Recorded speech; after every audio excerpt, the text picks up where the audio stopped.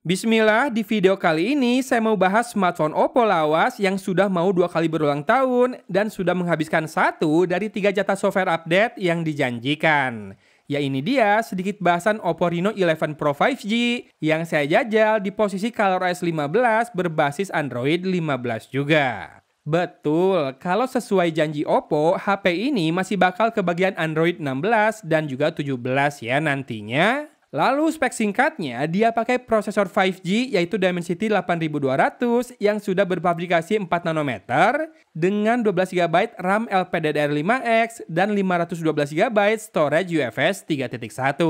Skor storage test di Antutu 11 bisa tembus 100 ribuan dan skor benchmark total juga mencapai 1,25 jutaan.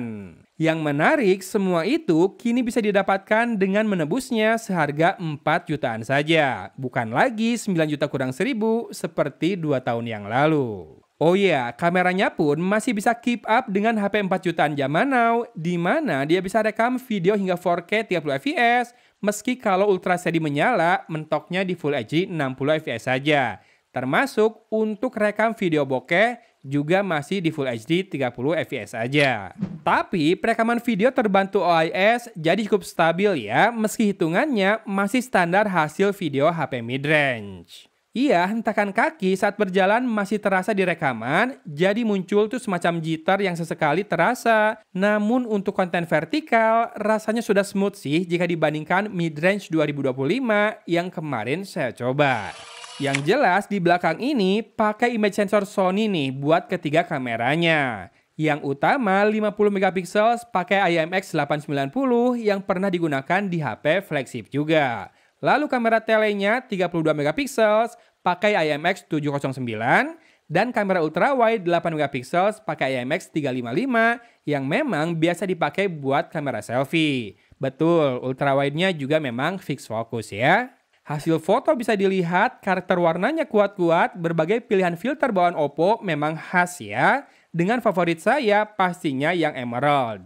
Namun setelah update ColorOS 15, ternyata Reno 11 Pro 5G ini masih belum kebagian juga mode Smart Scene seperti di Reno 13 maupun 14. Hasil kamera tele juga rasanya tajam ya, namun perbesaran 2 kali saja terasa memang kurang signifikan. Karena sebetulnya ini bisa dicapai dengan lebih memajukan posisi smartphone saat menjepret gambar, atau bisa juga pakai lossless zoom 2 kali dari kamera utama. Hasil fotonya oke sih, saya suka dengan tonnya hingga efek grainy yang ditampilkan di kondisi low light dengan beberapa pilihan filter kesannya dramatis aja gitu.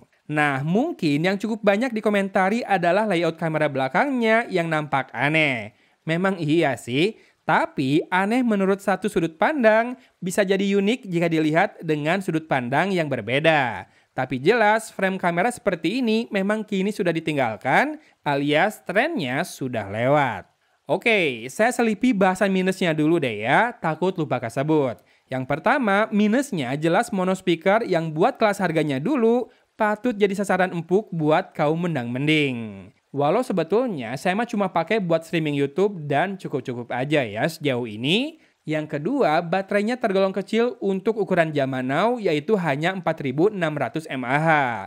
Walau sekali lagi, buat daily usage ala saya yang minim gaming, lagi-lagi selalu tembus 24 jam, tentunya dengan bantuan WiFi untuk koneksi internetnya. Saya malah lebih mempermasalahkan minus yang ini nih, smartphone lama Oppo yang cuma support power delivery 18 watt saja. Kalau yang terbaru kan sudah pada support 30 watt atau lebih, jadi kalau pakai charger laptop atau gancas tetap kenceng. Yang ini harus pakai charger dan kabel bawaan, kalau mau ngecas cepet pakai SuperVOOC 80 wattnya. Nah kalau selain itu sih rasanya smartphone ini perform dengan baik, termasuk saat dipaksa main PUBG Mobile di HDR Extreme. Hasilnya cukup stabil di sekitar 57 fps. Ingat, saya pakai settingan grafis yang HDR loh ya, bukan smooth kayak biasanya.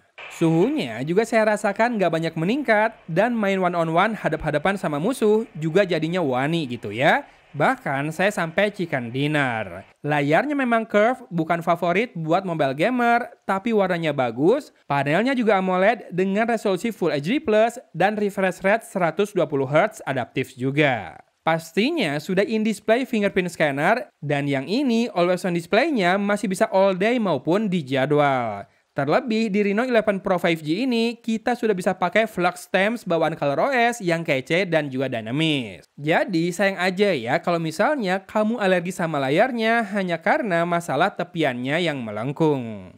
Toh kelengkapan lain juga aman kan? NFC ada, infrared blaster buat remote control juga dia punya. Layarnya sudah dilapisi Asahi Glass buat proteksi, plus juga ada anti-gores bawaan. Cuma memang saya tidak menemukan info untuk rating water and dust resistennya. Tapi kira-kira inilah 3 alasan saya kenapa betah memakainya. Yang pertama, ColorOS makin saya suka. Apalagi ada fitur O+ Connect di MacBook saya.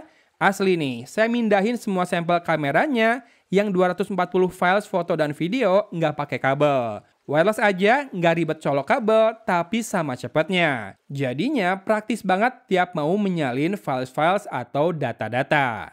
Yang kedua, karena harganya sekarang sudah kepala 4 jutaan, tapi dapat storage 512 GB yang juga kencang. Yang ketiga, tentunya karena kameranya yang Instagramable banget. Ya, foto-foto dengan filternya maupun rekam video vertikal buat story, saya puas-puas saja dengan smartphone ini. Oke, minusnya sudah dibahas tadi di tengah video ya, dan sejauh ini nggak sampai jadi deal breaker sih kalau buat saya pribadi. Saya malah lebih memilih menjual kembali Honor 200 Pro saya dan keep Reno 11 Pro 5G ini untuk sementara waktu. Walau kedepannya belum tahu juga ya, bisa saja saya lepas kembali buat belanja gadget baru lainnya. Pokoknya kalau kamu tertarik juga, silakan cek produk di video ini dan deretan link di deskripsi yang sudah saya bubuhkan.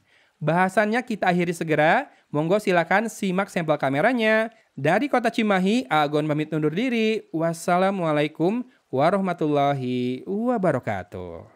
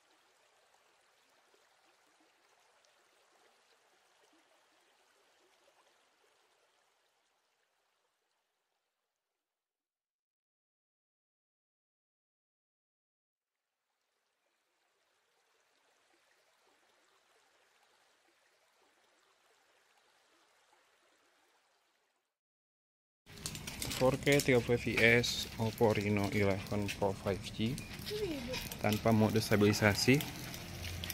Oh iya, itu bibir. Panning, sorting. Full Trust tadi ternyata nggak bisa 4K, tapi bisa Full HD 60 fps. Walaupun mungkin tetap nanti saya rendernya ke 30 fps. Dari pertigaan, lihat-lihat dulu ya.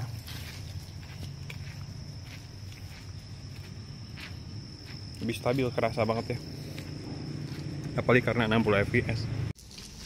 Video dengan lensa ultrawide juga hanya di Full HD 30 fps. Saya pegang satu tangan tapi lebih stabil memang untuk lensa ultrawide ini.